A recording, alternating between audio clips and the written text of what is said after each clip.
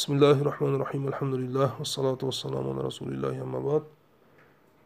Жыртқыш құстардың тағы қарғаның аузының суы макруh тәнзихи. Себебі олар әрдайым нәжастың арасында болғасын, оның хукмы нәжас итін, тауықтың хукмы сияқты макруh тәнзихи болып есептеледі. Бірақ қашан хатта лау таяққана аннаху ла нәжасатун ала мин ғариха ла юкраху су'раха дейді. Қашан оның тұмсығында нәжас жоқ екеніне көзіңіз жетіп сенімді болса, оның макрухлығына айырылады дейді. Енді қияс бойынша оның аузының суы нәжас болу керек деп айтады. Себебі оның еті нәжас болғасын, аузының суы да нәжас болу керек. Жыртқыш аңдар сияқты.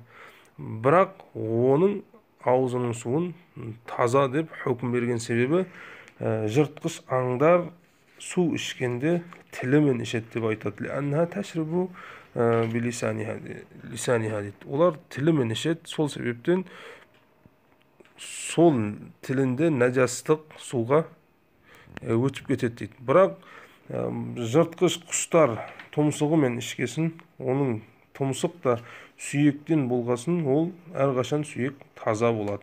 Сондықтан оның жыртқыш құстардың нәжас аузында болмаса, соғырын, яғни аузының суын таза, яғни тахир деп айтады. Қашан оның аузында нәжас болса, ол хукмы макруh тәнзихи болып есептеледі. Алейкум ассалам ва рахматуллахи ва баракатуху.